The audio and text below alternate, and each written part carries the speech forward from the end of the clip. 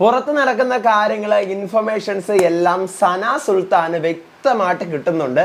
അത് വെച്ച് സുഖമായിട്ട് പ്ലേ ചെയ്യാം. കാരണം പുറത്തെ ഓഡിയൻസ് എന്താണ് ഈ അകത്തെ ആൾക്കാരെ കുറിച്ച് ചിന്തിച്ച് വെച്ചിരിക്കുന്നത് എന്നുള്ളത് മൊബൈലിനകത്ത് വഴി സനയ്ക്ക് കിട്ടുന്നുണ്ട്. സത്യം പറഞ്ഞു കഴിഞ്ഞാൽ ഇത് ഓഡിയൻസ് അയച്ചു കൊടുക്കുന്നതല്ല, ബിഗ് ബോസ് അയച്ചു കൊടുക്കുന്നതാണ്. ബിഗ് ബോസിന് വേണമെങ്കിൽ കളി ട്വിസ്റ്റ് ചെയ്യാം. പക്ഷെ ബിഗ് ബോസ് അയച്ചു കൊടുത്തിരിക്കുന്ന ഈ സാധനം, സനയുടെ മൊബൈൽ വഴി വന്നിരിക്കുന്ന സാധനം, അത് കറക്റ്റ് ആയിട്ടുള്ള സാധനം തന്നെയാണ്. നമ്മൾ കണ്ടുകൊണ്ടിരിക്കുമ്പോൾ നമുക്ക് എന്താണോ ഫീൽ ചെയ്യുന്നത് ആ സെയിം സാധനം തന്നെയാണ് ബിഗ് ബോസും അയച്ചു കൊടുത്തിരിക്കുന്നത്.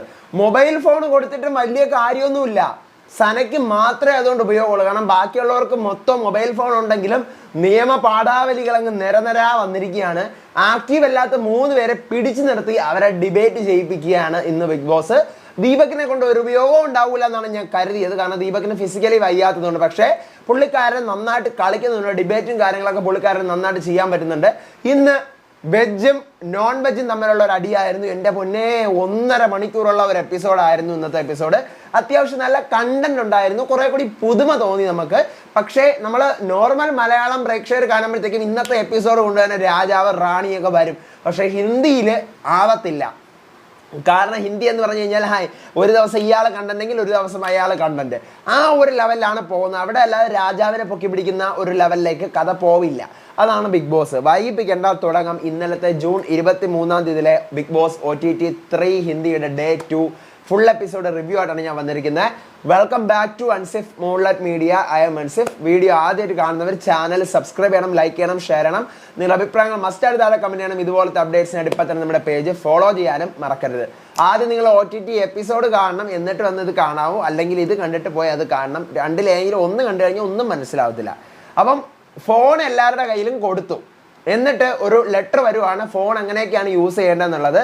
ഒന്നാമത്തത്, മൈക്കിൻ്റെ കൂടെ നിങ്ങൾ ഫോണും കൂടി ധരിക്കണം. അതായത് മൈക്ക് ഇങ്ങനെ ധരിച്ചിരിക്കുകയാണല്ലോ, ഫോണും ധരിക്കാൻ അതുപോലൊരു ബാൻഡും കാര്യങ്ങളൊക്കെ ഉണ്ട്. അടുത്ത് രണ്ടാമത്തത്, അതാണ് ബിഗ് ബോസ് പറയുന്നത്, ടോയ്ലറ്റും പൂളും ബാത്റൂമും യൂസ് ചെയ്യുന്ന സമയത്ത് മാത്രമേ ഡേ ടൈമിൽ നിങ്ങൾക്ക് ഫോൺ ഉപയോഗിക്കാൻ പറ്റത്തുള്ളൂ.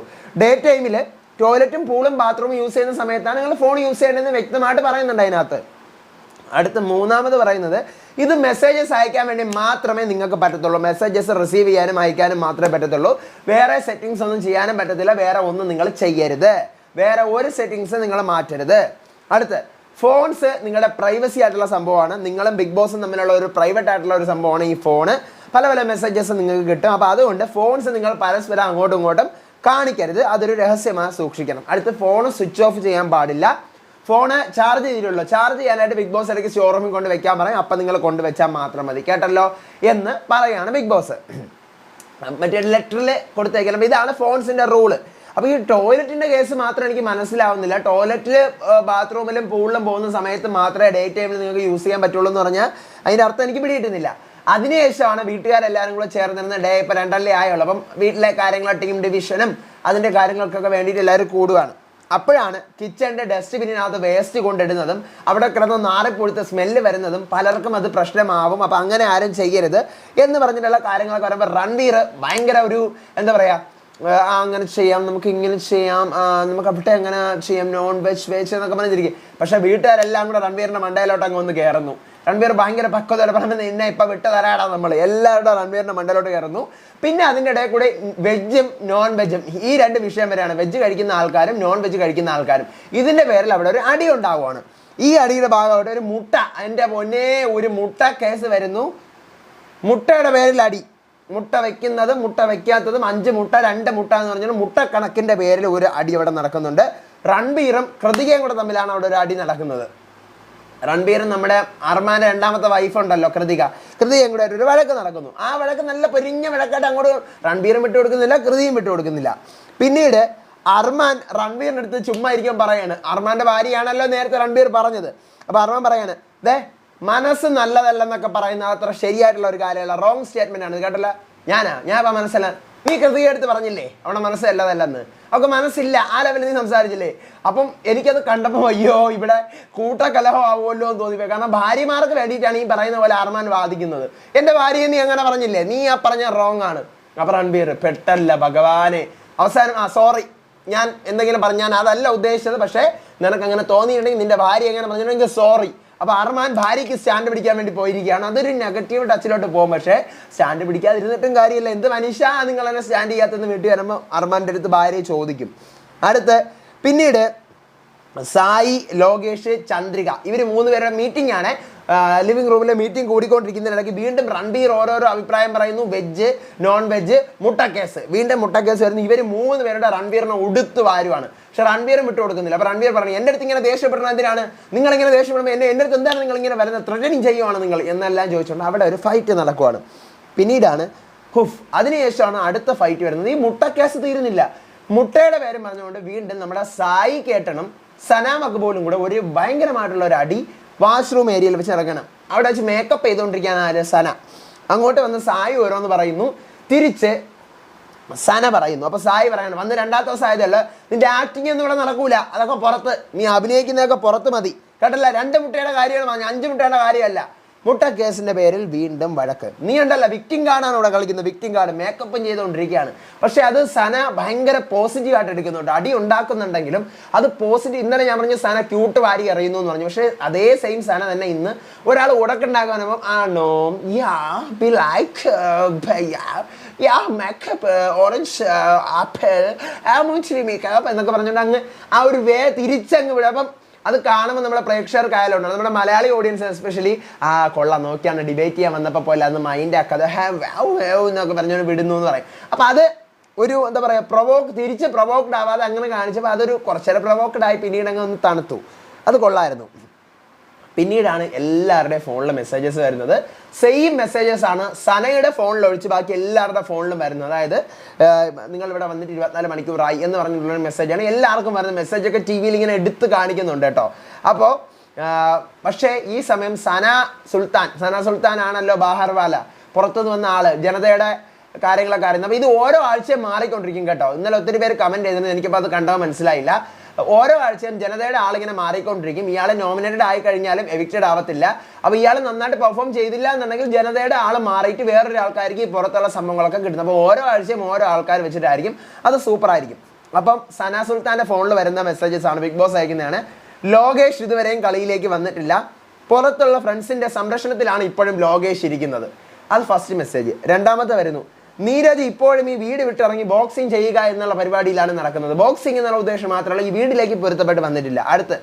3ാമത്തെ മെസ്സേജ് അർമാനെ കുറിച്ചാണ്. അർമാൻ വേറെ ഏതോ ഒരു ഷോയിൽ വന്നിരുന്ന് ജഡ്ജ് ചെയ്യും പോലെയാണ് എനിക്ക് തോന്നിയത്. ജഡ്ജ് ചെയ്യാണ് ഇവിടെ ചെയ്യുന്നത്. കാരണം ഇവിടെ പാട്ട് പാടാൻ പറയുന്നു, കവിത ചൊല്ലാൻ പറയുന്നു, ഇതൊക്കെയാണ് അർമാൻ്റെ പണിയെന്ന് പറഞ്ഞുകൊണ്ട് 3 മെസ്സേജസ് ആർക്ക് കിട്ടുന്നു? സന സുൽത്താൻ കിട്ടുന്നു. ഇത് പക്ഷേ സനയ്ക്ക് യൂസ് ചെയ്യാം. കാരണം ഇവരെ 3 പേരെയും കുറിച്ചിട്ടുള്ള പ്രേക്ഷകരുടെ ഐഡിയ ബിഗ് ബോസ് കറക്റ്റ് പറഞ്ഞു കൊടുക്കുകയാണ്. അപ്പോൾ ഇത് വെച്ച് സനയ്ക്ക്, നീ ഇവിടെ എന്തെടാ ചെയ്യണം, നിന്റെ ഭാര്യയുടെ വാലം തുമ്പം പിടിച്ച് ഇവിടെ കവിതയും പാട്ടും പാടാനാണോ, ജഡ്ജ് ചെയ്യാനാണോ നീ വന്നതെന്ന് ചോദിക്കാം. ലോകേഷ്, നീ ഇവിടെ എന്തൊരു ചെയ്യണത്, നീ ഇവിടെ വല്ലതും ചെയ്താ എന്ന് ലോകേഷിനോട് ചോദിക്കാം. നീരജെ, നീ ഇവിടെ ബോക്സിങ് കളിച്ചുകൊണ്ടാണ് നടക്കുന്നത്, അത് ബിഗ് ബോസ്. അപ്പോൾ ഇങ്ങനെ ക്വസ്റ്റ്യൻ ചെയ്യാം. ഇങ്ങനെ ക്വസ്റ്റ്യൻ ചെയ്യാനുള്ളൊരു ഓപ്ഷൻ അവിടെ ഉണ്ട്. അങ്ങനെ ഇവരുടെ 3 പേർക്കും വേണ്ടിയിട്ട് ഇവർക്ക് 3 പേർക്കും പെർഫോമൻസ് കുറവാണെന്ന് ബിഗ് ബോസിന്റെ ടാസ്ക് ലെറ്റർ അടുത്ത് വരുമ്പോൾ ഡയറക്റ്റായിട്ട് ബിഗ് ബോസ് എടുത്ത് പറയുന്നു. അതുകൊണ്ട് തന്നെ ഇവിടെ ഒരു ഡിബേറ്റ് നടക്കാൻ പോവുകയാണ്. അർമാൻ, നീരജ്, ലോകേഷ്, നിങ്ങളുടെ 3 പേരുടെയും കോൺട്രിബ്യൂഷൻസ് ഈ ഷോയിൽ കുറവായതുകൊണ്ട് തന്നെ നിങ്ങൾ ഒരു ഡിബേറ്റ് നടത്തണം. ആരുമായിട്ടാണ് നിങ്ങൾ ഡിബേറ്റ് നടത്തേണ്ടത്? അർമാനും രൺവീറും സായിയും സന സുൽത്താനുമാണ് നിങ്ങളുടെ ഓപ്പോസിറ്റ് ഇരുന്ന് ക്വസ്റ്റ്യൻസ് ചോദിക്കുന്നത്.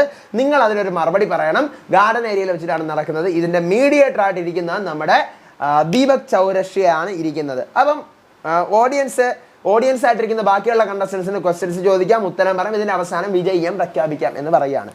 അപ്പം ഡിബേറ്റ് നടക്കുവാണ്. അപ്പം അർമാൻ്റെ അടുത്ത് നിങ്ങൾ എന്ത് കോൺട്രിബ്യൂഷനാണ് ഇവിടെ കൊടുത്തത് എന്ന് ചോദിക്കുകയാണ്. അപ്പോൾ അർമാൻ പറയാണ്, ഞാനിപ്പോൾ വന്നല്ലേ ഉള്ളൂ, അതിനിടയ്ക്ക് എന്തൊരു കോൺട്രിബ്യൂഷൻ? അപ്പം തന്നെ സന പറയാണ്, ഭാര്യമാരുടെ കൂടെ മാത്രമാണ് ഇവിടെ നിങ്ങൾ സംസാരിച്ചുകൊണ്ടിരിക്കുന്നത്, വേറെ ഒരു കോൺട്രിബ്യൂഷൻസും നിങ്ങളിവിടെ കൊടുക്കുന്നില്ല. എനിക്ക് അർമാനെ വലിച്ച് കീറി ഒട്ടിക്കും പോലെയാണ് തോന്നിയത്. നീരജിനെയും ലോകേഷിനെയും വലിയ രീതിക്ക് ഒട്ടിച്ചില്ലെങ്കിലും അർമാനെ വലിച്ച് സന ഒട്ടിക്കുന്നു. സനയ്ക്ക് കിട്ടിയ ഒരു സംഭവം, സനയ്ക്ക് ഇൻഡിവിജ്വലി പെർഫോം ചെയ്യാൻ അവിടെ ഒരു അവസരം കിട്ടിയില്ല, കാരണം ഡിബേറ്റ് ആണല്ലോ. അപ്പോൾ അതുകൊണ്ട് തന്നെ ഡിബേറ്റിൻ്റെ ഭാഗത്ത് കൂടി സന പറയുകയാണ്, നിങ്ങൾ ഭാര്യയുടെ കൂടെയാണ് ഇപ്പം നടക്കുന്നത്, അല്ല നിങ്ങൾക്ക് ഇവിടെ ഇൻഡിവിജ്വലായിട്ട് കളിക്കാനൊന്നും ഇല്ലേ എന്ന് ചോദിക്കണം. അപ്പോൾ അതെനിക്ക് ഇഷ്ടപ്പെട്ടു. ഇനി അങ്ങോട്ട് പോകുമ്പോൾ സന ഇപ്പോൾ കുഴപ്പമില്ല, ഈ ലെവലിൽ പോയാൽ പറ്റത്തില്ല, പക്ഷേ ഇപ്പോൾ ഓക്കെ ആണ്. ഇതിൽ കൂടെ മകളിൽ കുറച്ചൊരു നല്ല അടിപൊളിയായിട്ട് അതൊക്കെ മേലെ കയറി കഴിഞ്ഞാൽ മാത്രമേ സനയ്ക്ക് നല്ലൊരു സപ്പോർട്ട് കിട്ടത്തുള്ളൂ. നമുക്ക് നോക്കാം. ഇതാണ് ഇന്നത്തെ എപ്പിസോഡിൽ നടന്ന മെയിൻ ഇൻസിഡൻറ്റ്. പിന്നെ കളിയും ചിരിയും തമാശയൊക്കെ ഡിബേറ്റ് എല്ലാം അങ്ങോട്ടും ഇങ്ങോട്ടൊക്കെ വൻ അടിയാവുന്നു. ഇവരൊന്ന് ആക്റ്റീവാക്കി പൊടി തട്ടി എടുക്കുന്നു. ലോകേഷിനെയും നീരജിനെയും അർമാനെയും കൂടെ ആക്റ്റീവാക്കി പൊടി തട്ടി എടുത്ത് അതെല്ലാം കഴിഞ്ഞ് എല്ലാവരും ഇങ്ങനെ നല്ല സ്നേഹവും സമാധാനവും ഒക്കെ ആയിട്ടിരിക്കുകയാണ്. രാത്രി നമ്മുടെ പൗലമി പഴയ റിലേഷനൊക്കെ ആലോചിച്ചിരുന്ന് വിഷമിക്കുന്നുണ്ട്, കരയുന്നുണ്ട്. ഇതാണ് ഇന്നത്തെ എപ്പിസോഡിൽ നടക്കുന്ന പ്രധാന സംഭവം. അപ്പോൾ ഇനി അടുത്ത് പുതിയ എപ്പിസോഡ് വരട്ടെ, അതിൻ്റെ റിവ്യൂ ആയിട്ട് ഞാൻ വരാം. ലൈവ് ഉണ്ട് 24/7 ജിയോ സിനിമയിൽ. 29 രൂപയ്ക്ക് റീചാർജ് ചെയ്ത് കഴിഞ്ഞാൽ നിങ്ങൾക്ക് കാണാം. 29 രൂപയേ ഉള്ളൂ ഒരു മാസം. ഒരു വർഷത്തേക്ക് 80 എത്ര രൂപയാണെന്ന് തോന്നുന്നു. അത്രേ ഉള്ളൂ ഇവിടെ, അത്രേ ഉള്ളൂ. വളരെ ചീപ്പ് റേറ്റാണ് ജിയോ സിനിമയിൽ. അപ്പോൾ നിങ്ങൾക്ക് പോയി കാണാം, അഭിപ്രായങ്ങൾ അറിയിക്കുക. കാണുന്നവരെ മസ്റ്റായിട്ട് പറയാം. എനിക്ക് എന്തെങ്കിലും തെറ്റുകളുണ്ടെങ്കിൽ അത് പറയുക. കാരണം ഹിന്ദിയാണ്, അപ്പോൾ ഞാൻ എല്ലാം ഫോളോ അപ്പ് ചെയ്തല്ല വരുന്നത്. എനിക്കൊരു ഏതാണ്ട് ഒരു 70-75% ഹിന്ദി അറിയാവും. ഞാൻ 5 വർഷം കൊണ്ട് കാണുന്നതാണെങ്കിൽ എനിക്ക് അപ്പോഴൊന്നും റിവ്യൂ ചെയ്യേണ്ട ആവശ്യം വന്നിട്ടില്ല. അപ്പോൾ ചില സംഭവം മനസ്സിലായില്ലെങ്കിലും പോട്ടെ എന്ന് പറഞ്ഞിട്ട് ഇങ്ങനെ കണ്ടോണ്ടിരിക്കും. പക്ഷേ ഇപ്പം അങ്ങനെയല്ല, റിവ്യൂ ചെയ്യുന്ന സമയമാണ്. അപ്പോൾ എന്തെങ്കിലും മിസ്റ്റേക്കുകളുണ്ടെങ്കിൽ നിങ്ങൾ പറയാം, ഞാനത് പിൻ ചെയ്തേക്കാം. അപ്പോൾ അടുത്ത വീഡിയോ ആയിട്ട് വരാം, വിശേഷമായിട്ട് വരാം. നിങ്ങളുടെ അഭിപ്രായങ്ങൾ മസ്റ്റായിട്ട് അറിയിക്കുക. അടുത്ത വീഡിയോ ആയിട്ട് വരുന്നവരേവർക്കും ബൈ ആൻഡ് ടേക്ക് കെയർ.